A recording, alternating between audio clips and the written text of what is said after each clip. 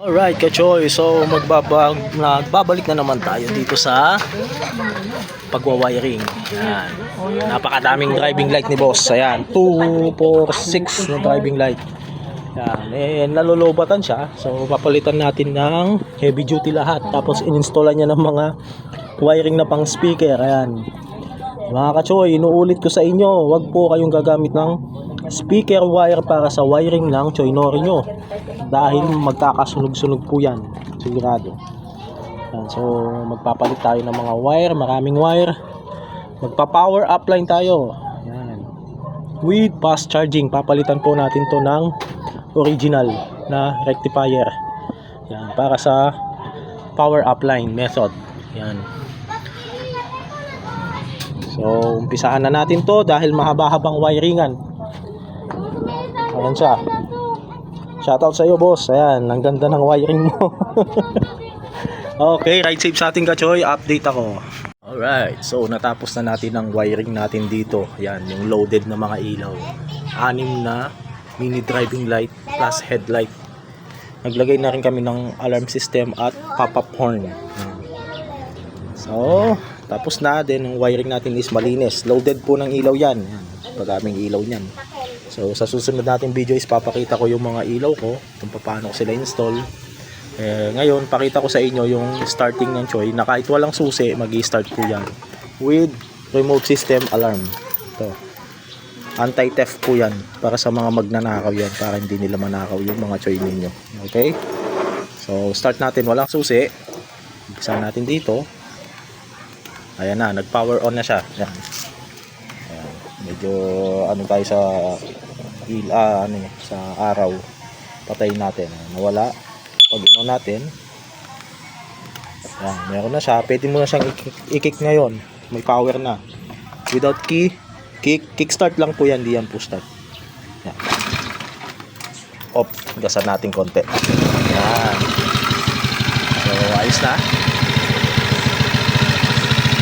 Ngayon po kasi maaraw pa, so hindi makikita maayos yung mga ilaw. Mamaya sa next video natin, pag gabi na, bibidyoan ko ulit, papakita ko. Okay?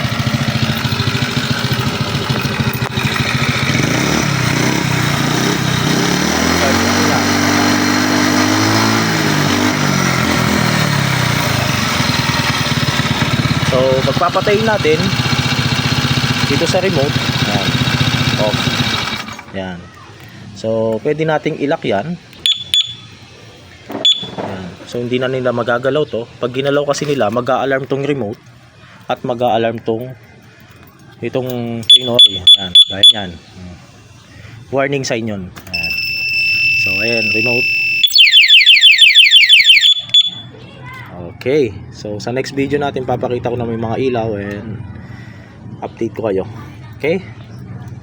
Okay, so dito naman tayo sa, dahil wala siyang susian, may start natin dito sa remote. Itong remote na to is nag-a-alarm din to at nagba-vibrate pagka in-alarm mo dito sa Choy Nori mismo at hindi nila magagalaw. Pag ginalaw niyan, tutunog tong mismong remote na to.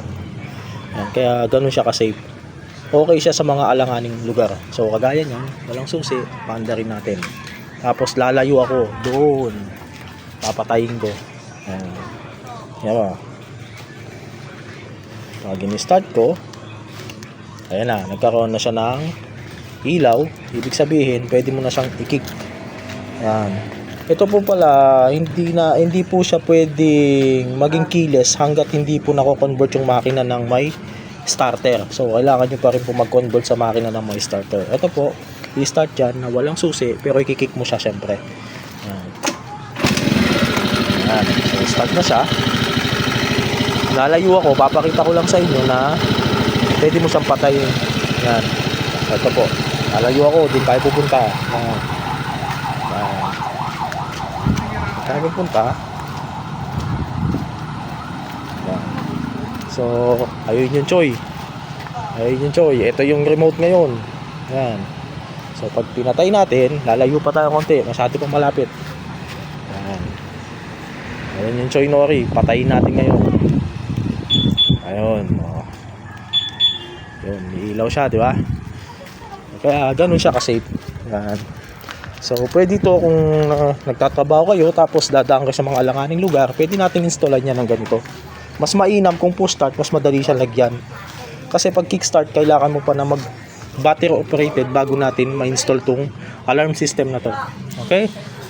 So ayun lang, okay na yan. Mamaya kukunin na ni sir yung unit niya. Okay, so sa lahat ng gusto magpa-install nito, PM lang kayo sa akin. Bibigay ko yung information regarding dito sa alarm system. Ride safe sa ating Kachoy at ingat lagi. Okay, Kachoy, so ito na yung finished product natin. Sangkaterbang mini driving light niya. Ayan. So kailangan talaga nating i-power upline yan. Pero na-power upline na po natin, natapos na natin dun sa video. Sa kalagitnaan ng video natin. Na-power upline with fast charge na po natin. Pero hindi ibig sabihin na fast charge na, power upline na is kaya niya suportahan itong napakadaming ilaw na to. So kailangan mo pa rin mag-choose dyan, mamili. So ang ginawa natin is, ginawa kong passing light tong isa. Ito yung dalawang to is nagkahiwalay yung switch nya. So start na natin nang masubukan yung mga ilaw nya.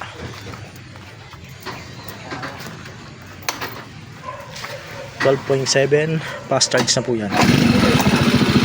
12.9 pag ni-rev ko 14.6. Umpisahan na natin yung mga ilaw nya. Gauge panel, tapos ito sa plate nya. Sa mga gusto magpahabol dahil bare months na ngayon, pwede na natin lagyan ng mga Christmas light mga choy mo.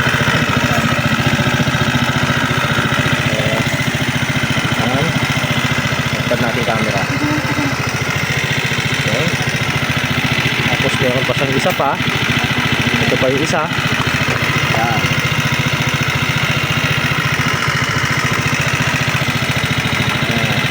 By the way, may remote din po pala yan.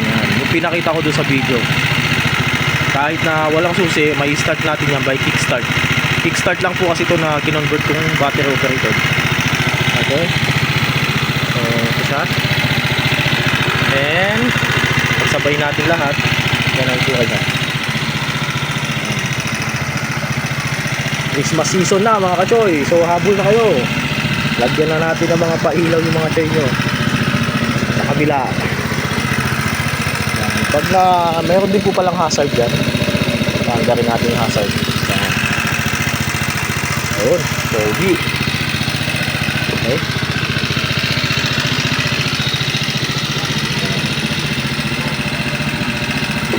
So patay natin. Yan. Tapos mga driving light nya, ito po pala yung headlight nya. Yan. 4 na switch. Yan. Dual contact. 4 na switch yan. Ito yung main light nya sa headlight. Maliwanag din kahit headlight lang. Tapos driving light. Yun. Yun. Tapos meron pang isang driving light. Yan. At yung malupit na pop-up doll. Sana natin. Ito po pala yung pop-up doll yan, nasa baba. Dito ko yung install. Para pag bumusina ka, tumutunog siya. Pwede mong patayin yun kung ayaw mo na ilaw. So select natin. May mga selector po kasi yan. 12 selector.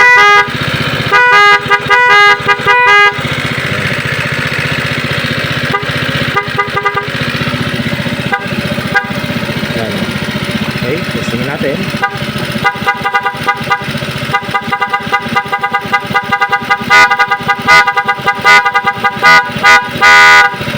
Okay. So sa mga gustong magpa-setup nito, so kailangan po natin na i-power up line with fast charge po muna bago tayo maglagay ng mga ilaw na gusto ninyo. Para kaya pong suportahan ng battery yung mga gusto natin ilagay. Okay. So ride safe sa ating Kachoy. Ingat lagi.